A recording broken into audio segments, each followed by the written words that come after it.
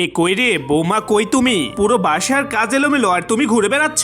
না শাশুড়ি মা, একটু ওষুধ নিতে গিয়েছিলাম। ঢঙের কথা বাদ দাও, কাজ করো গিয়ে।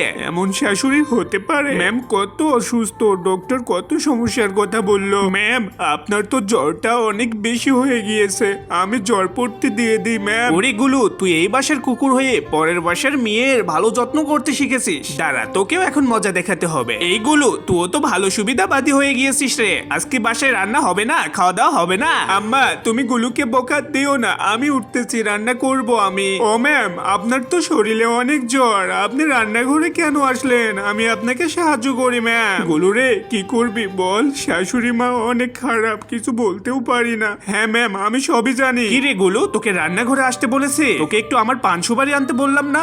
মা আপনি আমার সঙ্গে জোরে কথা বলতেছেন, বলুন। গুলুর সাথে বলিয়েন না। এই গুলুর আদর তুমি ভালো বোঝো, তোমরা আমাকে সবাই ভুল বুঝো শুধু।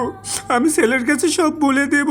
আব্রাহাম আসুক বাসায়। আব্রাহাম তুই আয় না বাবা। শাশুড়ি মা, বাবা তুই এসেছিস, তোর বউ আমাকে অনেক কষ্ট দেয় রে, অনেক কষ্ট দেয়। কি রে মারিয়া, তুমি আমার মাকে কষ্ট দাও? না স্যার না, উনি মিথ্যা বলছে।